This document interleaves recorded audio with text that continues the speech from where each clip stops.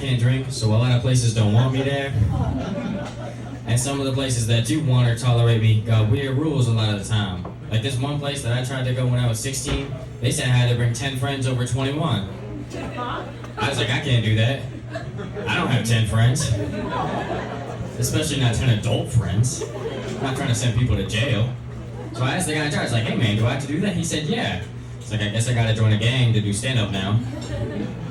And that got me thinking, you know, gangs must have been a lot less scary back in the day, like before cell phones. Because like, if you got in a fight with someone, they said they're gonna call their boys and mess you up, what were they gonna do? Walk over to a landline or a payphone? And just hope that they're home when you call? That's usually like fast-paced interactions. You can't really be like, hold up man, let me call my boys. Man, you got a quarter? Ain't no gangsters gonna have quarters on them. I was walking on the street the other day and I bumped into a guy and he was real mad. He tried to threaten me. He was like, hey man, you better get your affairs in order.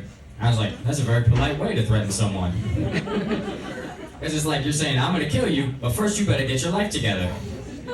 And if someone threatened me with both of those, I would rather be killed. Because he's saying like, man, I'm gonna kill you, but first, you're gonna sort out your last will and testament, you're gonna inform your loved ones, maybe take out a life insurance policy. We're gonna kill you, but we're gonna make it as pleasurable as possible. It's tough being a comedian that can't drink. I think sometimes I would have been more successful during Prohibition. Born 100 years too late, I guess. But what some places do, if you're too young to drink and you want to perform, is they'll draw X's on the back of your hands. That's a little demeaning. What am I, a jug of moonshine? Alright, these aren't like the best jokes, but that's two 1920s references consecutively. My history teacher is very proud of me. But I mean, I get it why places don't want people my age performing, because it's like, there's something about children that can ruin a night of fun and drinking. Although my understanding was that kids were all the result of nights of fun and drinking. So what's going on? Whenever people hear that I have trouble getting into some places because of my age, they always tell me the same thing. Since I've been 16, they've always been telling me, why don't you get a fake ID? You mean like a crime? I'm not gonna like commit a felony so I can go tell my little jokes. Like this isn't a movie, this isn't gonna work out like super bad. I'm not gonna be on stage like, I am McLovin. And everyone's gonna think I'm 25. It doesn't work like that. My parents are divorced, which is why I dress like this. You know how hard it is to put together an outfit when half your clothes are at a different house? They don't even all stay at the same house. It's like, all my pants are at my dad's house. If I'm at my mom's, I'm wearing shorts. I lost clothes in the divorce. But it's ridiculous. Like, I get 2 Thanksgivings, 2 Christmases, but 1 wardrobe. It makes no sense. And my parents, they got divorced when I was really young, like in 1st grade or so I would have to explain to my friends what that meant. I was like, yeah, so I'm going back and forth from my mom's and my dad's house. They're like, wow, you have 2 houses. You must got money. Like, no, I just got trauma. 2 houses doesn't mean I got money. It means I got a 45-minute drive every Tuesday, Thursday, and alternating weekend.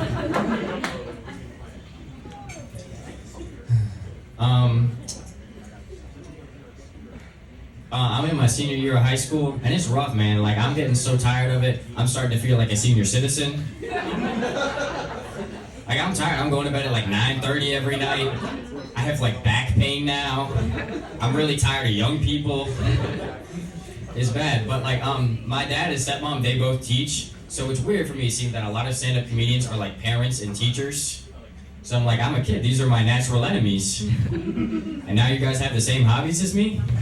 It's ridiculous. And can you imagine, like if you found out your teacher was a stand-up comedian, I would lose all respect for them instantly. Like, Asher, why didn't you do your homework? Why did you bomb last night?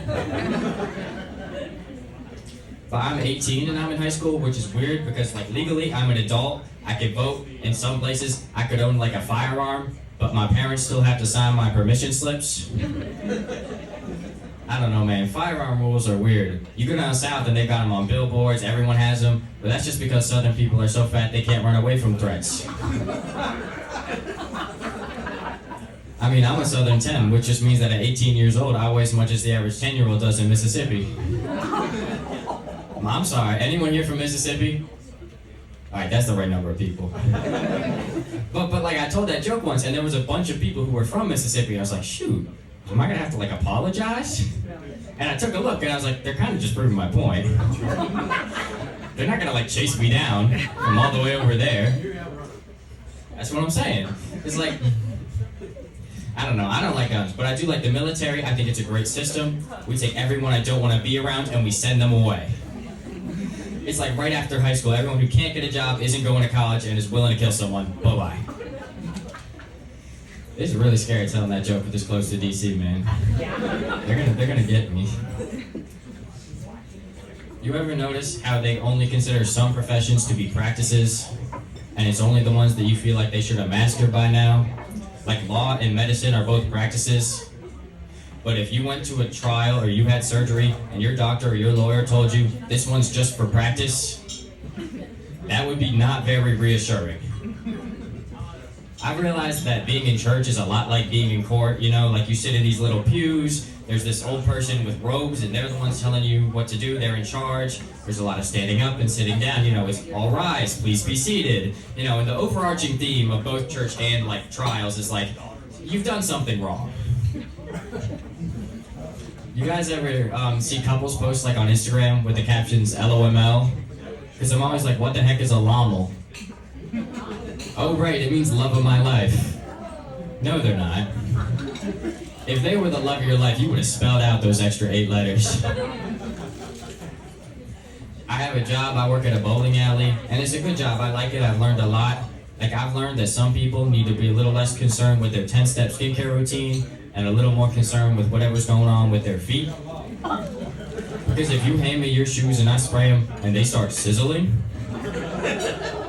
you need to go see a doctor. Take yourself to a podiatrist and get that checked out. The other day I was at work and I was talking to a customer and I couldn't choose between saying no problem and you're welcome to him. And so like, he came up to me and he was like, hey man, we got a spill in lane 3. Can you help me? I was like, yeah, your problem. Sometimes when I'm at work, there's these people who can't identify me. Like I'll be sweeping or whatever. They'll be like, hey son, do you work here? I'm just like, nah. Just really into brooms.